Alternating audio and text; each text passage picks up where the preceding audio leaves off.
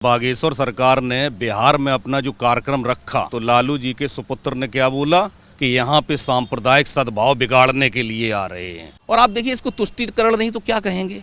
मजार पे जाके लालू जी और उनके सुपुत्र धुआं फूंक रहे हैं। भगवान से तुमको क्या बैर है? अरे तुम तो 4 कदम आगे बढ़ के और आते कि करवाइए, हम पूरी सुरक्षा देंगे। ये तो नहीं, उन्हें तो तुष्टिकरण करना। कहाँ से आरएसएस घुस गया? धीरेन्द्र शास्त्री कौन सा राजनीतिक आदमी है बताइए मुझे? कथा करता है। कहाँ से उसके घर परिवार खानदान में बताइए कौन टिकट से चुनाव लड़ा हुआ है? कोई उसके घर में प्रधान भी बना है? तो ऐसे लोगों के साथ सनातन धर्म जुड़ा हुआ है, हिंदू जुड़ा हुआ है, तो क्या बुरा है? अब तुम चाहे तुमसे जुड़े। अरे तुम्हारे जैसे मक्कारों से हम जुड़े आके, खा गए जो देश को, क्योंकि ये फिर वहीं आ गए। लौट घूम के 20 साल बाद इन्हें लगा लालू ने 15-20 साल तक राज किया था M22 समीकरण से, और हम फिर उसी पे आ जाते हैं, तभी राज कर पाएंगे। चलो तुम नहीं मानते हो, तुम तुष्टिकरण तुम अपनी राजनीति के लिए करते रहो। वहाँ पब्लिक है लाखों की तादाद में, उसके बारे में कम से कम सोचिए। वहाँ पानी की व्यवस्था, ठहरने की व्यवस्था, ये जिम्मेदारी सब सरकार की होती है। तुम चिढ़ाने की कोशिश कर रहे। अरे अपने आप को देखो, तुम हो कौन? आपका बहुत बहुत स्वागत है हमारे चैनल पे। आप किस तरह से देखते हैं तेज प्रताप यादव ने जिस तरह से बोला था कि यहाँ पे सांप्रदायिक माहौल बिगड़ सकता है, तो आज देखिए उनके पिताजी जो है धुआं ले रहे हैं और कथा वाचन जो है कथा चल रही है और वहाँ पाँव रखने की जगह नहीं है। आप किस तरह से देखते हैं? सबसे पहले तो आपके चैनल को बधाई दूंगा, जो जनता से जुड़े हुए मुद्दे जनता के बीच जाकर और जनता से ही उठाते हैं। मैं उसके लिए आपके चैनल को बधाई देता हूँ। बाकी रही बिहार सरकार की बात, तो आप ये देखिए कि बागेश्वर सरकार ने बिहार में अपना जो कार्यक्रम रखा, आप फर्स्ट डे देखिए, पहले दिन से ही जैसे ही उनका कार्यक्रम निर्धारित हुआ तो लालू जी के सुपुत्र ने क्या बोला कि यहाँ पे सांप्रदायिक सद्भाव बिगाड़ने के लिए आ रहे हैं, यहाँ पे हिंदू मुस्लिम करने के लिए आ रहे हैं। मैं आपको बताना चाहता हूँ कि हिंदू मुस्लिम कहाँ नहीं होगा। हमारे बड़े भाई साहब में कानपुर रहते हैं, वो हमारे राजनीतिक गुरु भी हैं और समय समय पे हमें सलाह देते रहते हैं। जब हम उनसे पूछते हैं तो उनसे हमने कहा ये क्या है, क्यों नहीं करने दे रहा है, क्या चक्कर है, ये वहाँ पे क्यों आपत्ति जता रहा है? तो उन्होंने भी कहा, इस चीज़ को बताया और समझा। बोले कि देखो, ये राजनीति सिर्फ जो है तुष्टिकरण की राजनीति है, और सीधा सा हिसाब है कि मुसलमान हिंदुस्तान में किस कोने में नहीं है? मुसलमान तो हर जगह है, ये हमारे बड़े भाई साहब ने बताया। तो इसका मतलब हम कहीं भी जाएंगे हिंदुस्तान के, चलो आज बिहार की बात हो गई, पटना की बात हो गई, कल को यूपी में कहीं होगा, कल को केरला में कहीं करेंगे, जम्मू में करेंगे, कहीं भी करें, मुसलमान तो हर जगह है। तो इसका मतलब हर जगह कहीं भी हम करेंगे ही नहीं। हम अपनी कथा कहते हैं, हमने तुम्हें तो मना नहीं किया। जब तक जाकिर नाइक का खुलासा नहीं हुआ तब तक ये लोग अपने उसमें अंडर रह के और हर जगह उसकी सभा सो कराते रहे। पूरा देश जानता है कि सब समर्थक थे जाकिर नाइक के, आज वो भागा हुआ है, विलुप्त है। तो बागेश्वर सरकार को इस तरह से नहीं लेना चाहिए। वो कहते क्या हैं? राम कथा कहने की बात करते हैं, हनुमान कथा कहने की बात करते हैं और जनता में संदेश पहुंचाते हैं। उन्होंने जो दुनिया में देश में काम किया है और सनातन को धर्म को जोड़ने की बात करते हैं। मुझे बताओ क्या गुनाह करते हैं? कौन अपने धर्म को जोड़ने की कोशिश नहीं करता है? कौन नहीं चाहता है कि धर्म हमारा जुड़े? तो ये इन लोगों को ये चीज़ सूट नहीं करेगी। मैं आपको बता देता हूँ, ये इस धोखे में है कि जिस तरह से इन्होंने सोचा भी कर्नाटक का चुनाव संपन्न हुआ, इनको ये लगा थोड़ी सी ऑक्सीजन मिल गई कर्नाटक चुनाव में, लेकिन इन्हें ये समझना चाहिए कि उत्तर प्रदेश और बिहार की राजनीति कर्नाटक से बिल्कुल अलग है। और कर्नाटक में 8 वर्ष की एंटी इनकम्बेंसी थी, 8 सालों की। यहाँ पे यूपी में 25 वर्षों तक यही चला MY। आप सब समझदार हैं। अब वही वहाँ भी चला MY, बिहार में भी। अब फिर से MY चलाने की बात कर रहे हैं। क्यों कर रहे हैं? इनको सबक लेना चाहिए उत्तर प्रदेश से। लालू प्रसाद के परिवार को उत्तर प्रदेश से सबक लेना चाहिए। MY के चक्कर में 25 वर्षों तक उत्तर प्रदेश की जनता बेवकूफ़ बनी रही। अब क्या है? जिक्र नहीं करेंगे बिल्कुल यूपी का, बिल्कुल नहीं करेंगे कि अभी देख लीजिए 2 दिन पहले क्या हुआ था। इतिहास में, उत्तर प्रदेश के इतिहास में 17 के 17 मेयर भारतीय जनता पार्टी के बने हैं। ऐसा कभी नहीं हुआ। लेकिन वो ताली बजा रहा है अखिलेश, किस पे? कर्नाटक के चुनाव को लेके ताली बजा रहा है। एक भी बयान आपने सुना है उत्तर प्रदेश को लेके हो? यही चीज़ वो वहाँ करना चाहते हैं। और आप देखिए, इसको तुष्टिकरण नहीं तो क्या कहेंगे।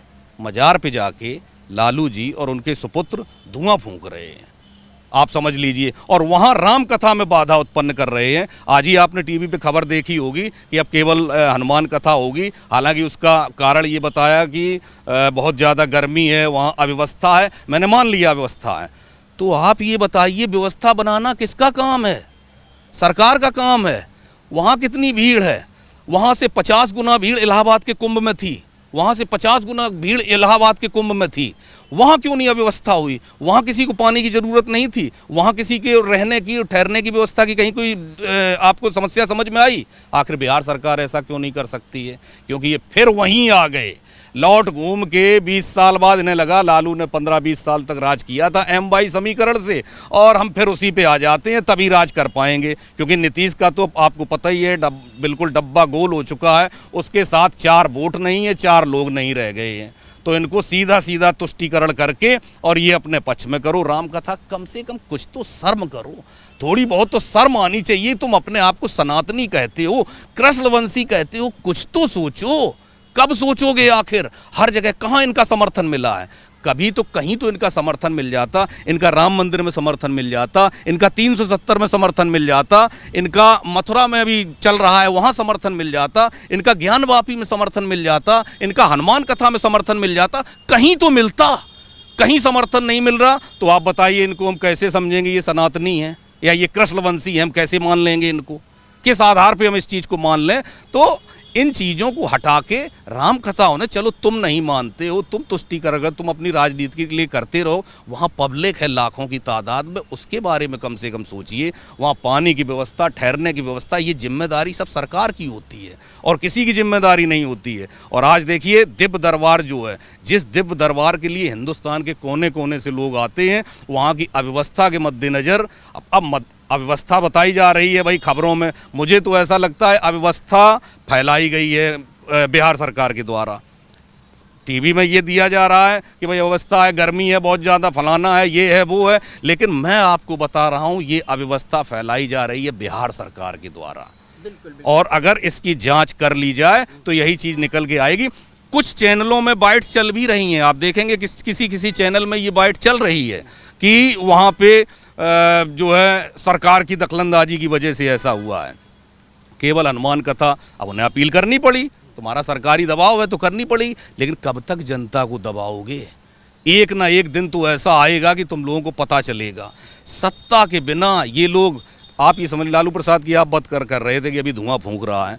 जब नीतीश के साथ मिलकर सरकार जब अभी तेजस्वी ने बनाई थी, उस समय स्थिति लालू प्रसाद की ये आ रही थी खबरों में, मुझे आप लोगों के द्वारा चैनल से पता चलता था कि बिल्कुल वो बीमार पड़ गया, उसकी किडनी भी खराब है, लीवर की भी खराब है, पैंक्रियाज भी खराब है, सब खराब हो गया। सत्ता बनी, जैसे ही सत्ता आई वो बिल्कुल स्वस्थ हो गया। बिल्कुल समंदर के किनारे आप देखिए, बीच में घूम रहा था समंदर के किनारे, सारी बीमारी चली गई। तो इनकी जीवन और मरण सब कुछ सत्ता से जुड़ा है। जब सत्ता पास में है तो सत्ता इनके लिए ऑक्सीजन का काम करती है, सत्ता नहीं है तो ये सब मरणासन स्थिति में होते हैं। ये है इनकी बात।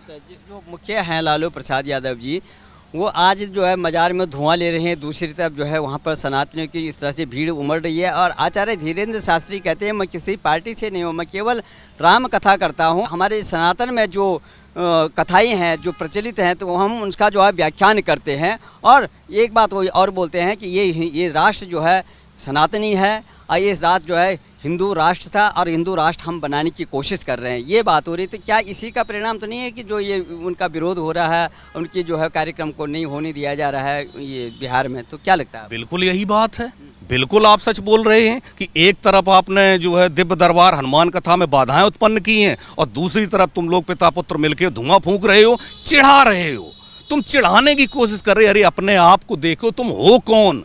तुम कौन हो? तुम भी तो सनातनी हो, तुम भी तो कृष्णवंशी हो। और जब ये बात चली थी यहाँ आने की कि वो आरएसएस का वो ये है, तेज प्रताप बोल रहा था आरएसएस का ये चल रहा है एजेंडा फलाना ये वो, तो उसने उसके जवाब में बनाई कि हमने बना ली है डीएसएस सेना। डीएसएस में धर्मनिरपेक्ष स्वयंसेवक संघ। ये आप बताइए इसका क्या मतलब होता है? धर्मनिरपेक्ष स्वयं सेना जो बनाई है इन्होंने, इसका क्या मतलब हुआ? उनका कोई अभी आया नहीं, उस समय तक कार्यक्रम फाइनलाइज भी नहीं हुआ था। तो हमें नहीं समझ में आता है कि ये क्या मकसद लेके आते हैं। और रही बात हिंदू धर्म की बात, आप कोई भी इंटरव्यू उठा के देख लीजिए बागेश्वर सरकार के, जो धीरेन्द्र शास्त्री जी का कोई भी इंटरव्यू उठा के देख लीजिए, उन्होंने कभी भी हिंदू धर्म का मतलब उन्होंने सनातन धर्म ये बोला, हिंदू राष्ट्र बनाने की बात की है, लेकिन ये कभी नहीं कहा कि हिंदू राष्ट्र बनेगा तो यहाँ बाकी के धर्म के लोग नहीं रहेंगे या निकाल दिए जाएंगे या कुछ भी ऐसा हो जाएगा। आप एक इंटरव्यू निकाल के देख लीजिए और मुझे बता दीजिए। तो इसका तो सीधा सा मतलब यही होता है कि ये लोग जानबूझ के तुष्टीकरण की राजनीति करते हैं कि इनको कटघरे में लेके आओ और उसके बाद इस तरह की बातचीत करो। तो ये एजेंडा है। वो ये भी कहते हैं कि अगर कोई जो है गलती से भूले भटके अगर ये सनातन छोड़ करके किसी दूसरे धर्म में चला गया, अब वो मानता है, उसके मन में विचार आ रहा है कि हम गलती से जो है कन्वर्ट हो गए, अगर घर वापसी कर सकते थे आप घर वापस आ सकता है। और उन्होंने आदिवासी क्षेत्रों में जो कई हज़ारों में जो है घर वापसी करवाई है फिर हिंदू धर्म में। तो इसी का तो नहीं है, इसी का मसला तो नहीं है। इसमें बुराई वाली क्या बात है? हमें तो बचपन से ये सिखाया गया है, हमारे बड़े भैया ने हमेशा ये बताया है कि अगर सुबह का भूला हुआ शाम को घर वापस आ जाए तो उसे भूला नहीं कहते हैं।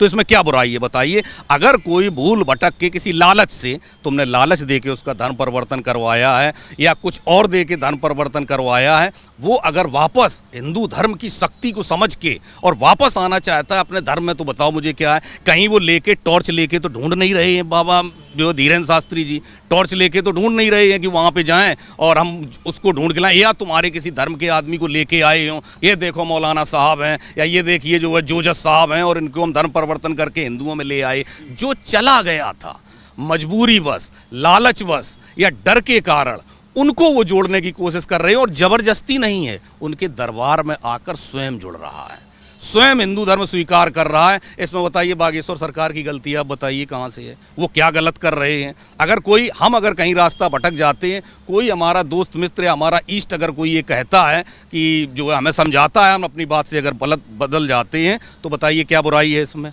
किसी को जबरदस्ती अगर धर्मांतरण जो तुम लोगों ने करवाया है वो अगर करवा रहे हैं तो गुनहगार हैं। और वो हिंदू राष्ट्र तो है ही।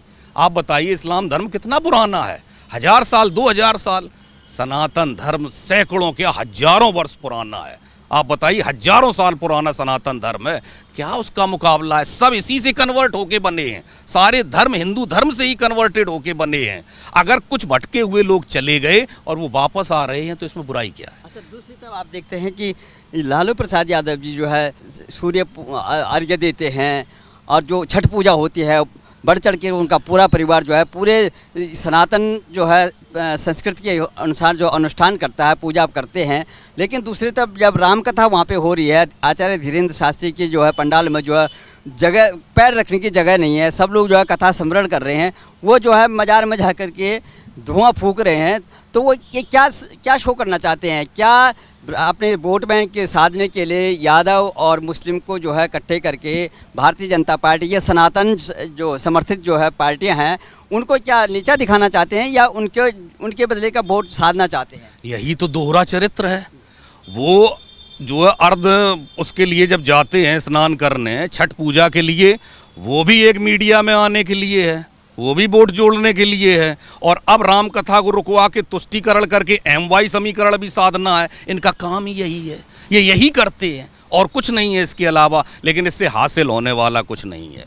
ये कर्नाटक से तुलना ना करें, बहुत बड़ा धोखा खाएंगे। आगामी चुनाव में आप लोग देख लेना। अभी देख लें, राजस्थान की ताज़ा तस्वीर देख लीजिए आप। मोदी जी की सभा राजस्थान में थी, सरकार उनकी है, नारे मोदी मोदी के लग रहे वहाँ पे, और 2 लोग वहाँ पे चलाते घूम रहे हैं। सचिन पायलट अपनी यात्रा चला रहा है, गहलोत अपनी यात्रा चलाने में लगा हुआ है। ये इन लोगों की सरकारें हैं। बाकी रहा बचा कर्नाटक में भी देख लेना, और बिहार में तो अब दुनिया देख रही है बिहार में क्या हो रहा है, कैसी अराजकता फैली हुई है, कैसी मची है। सरेआम कट्टे बंदूकें लेके लोगों को मारा पीटा जा रहा है। और चलो हम इन सब चीज़ों की, ये राजनीति में सब होता है। भगवान से तुमको क्या बैर है? भगवान से क्या बैर है जो हनुमान? अरे तुम तो 4 कदम आगे बढ़ के और आते कि करवाइए, हम पूरी सुरक्षा देंगे। और साथ में तब भी अगर ये बोल देते कि देखो भाई सांप्रदायिक सद्भाव ना बिगड़े, तब हम माने कि ये राजनीति के और सनातन धर्म के अच्छे मानने वाले हैं और उसको समझने वाले लोग हैं। ये तो नहीं, उन्हें तो तुष्टीकरण करना है। अब देखिए ना, RSS कहाँ से RSS घुस गया? वो कौन सा राजनीतिक आदमी है?